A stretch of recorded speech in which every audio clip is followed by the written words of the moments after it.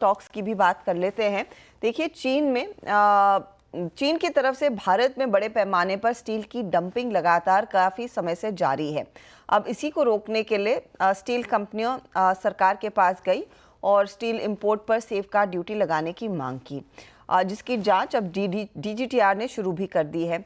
अब इसका ऐलान बजट में होने की उम्मीद है, लेकिन बजट है 1 फरवरी यानी कि पूरे 1 महीने दूर।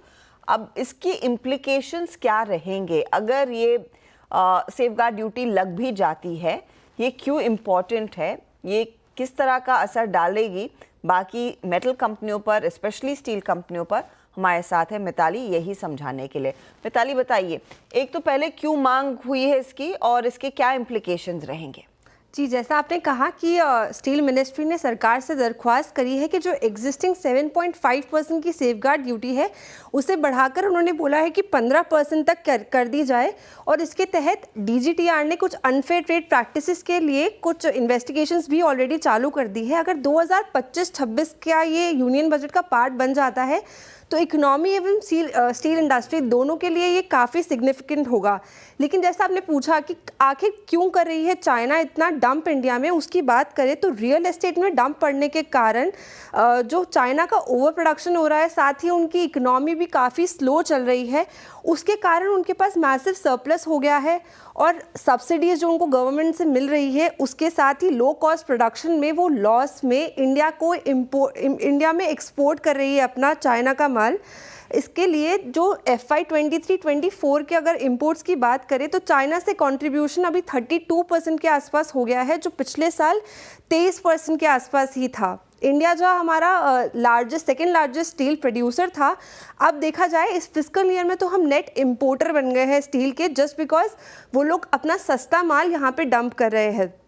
अगर प्राइसेस की बात करें तो डोमेस्टिक प्राइसेस अभी 57,000 प्रति टन के आसपास है, वही चीन का जो दाम है वो 50,000 पर टन के आसपास है। लेकिन ये ड्यूटी अगर सेफगार्ड लग जाती है तो ये प्राइस में हमें थोड़ा इंक्रीमेंट देखने को मिलेगा, 54,000 पर टन के आसपास, जो थोड़ा हमारे डोमेस्टिक के आसपास आ सकता है।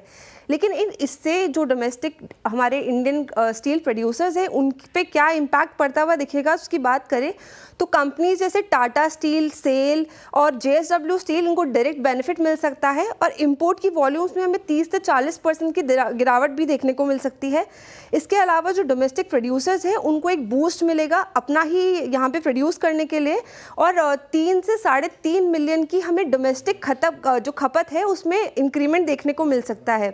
लेकिन इन सब के बीच जो हमारे स्टील मिनिस्ट्री के सचिव है मिस्टर संदीप, उनका कहना है कि जो ओवरऑल इम्पैक्ट होगा वो काफ़ी लिमिटेड होगा। उसका कारण उन्होंने ये बताया है कि हमारा जो टोटल इंपोर्ट है उसका 68% वो FTA कंट्री से आता है जहाँ कोई कस्टम ड्यूटीज़ नहीं लगती, जिसके कारण अगर ये ड्यूटीज़ इंपोर्ट भी हो जाती है, ड्यूटीज़ लग भी जाती है, तो वो 68% पे तो कोई इम्पैक्ट नहीं आएगा। लेकिन चाइना से होने वाली जो बची हुई 38% है उस पर हमें इस हाइक का इम्पैक्ट देखने को मिल सकता है, और जो इंपोर्ट ये ड्यूटीज़ कर रहे हैं उसका थोड़ा बहुत टैकल करने में हमें आसानी रहेगी।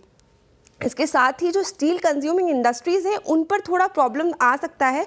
जैसे बात करें कंस्ट्रक्शन और मैन्युफैक्चरिंग कंपनीज़ की, तो वो स्टील अभी सस्ते दाम पर वहाँ से प्रोक्योर कर पा रही है, तो उनके बजट में थोड़ा इजाफा होने की उम्मीद है, तो प्रोडक्शन कॉस्ट भी बढ़ जाएगी। साथ ही जो इंफ्रास्ट्रक्चर प्रोजेक्ट्स हैं उनको भी प्रॉब्लम यहाँ पर देखने को मिल सकती है। तो ये सारी जो डिस्कशन है इसका जो कंक्लूजन है वो ये निकलता है कि ये प्रोटेक्टिव शील्ड का काम ज़रूर करेगी जो सेफगार्ड ड्यूटीज़ है, लेकिन गवर्नमेंट को अपना जो डिसीजन है वो बहुत सारे एस्पेक्ट्स को ध्यान में लेके करना होगा।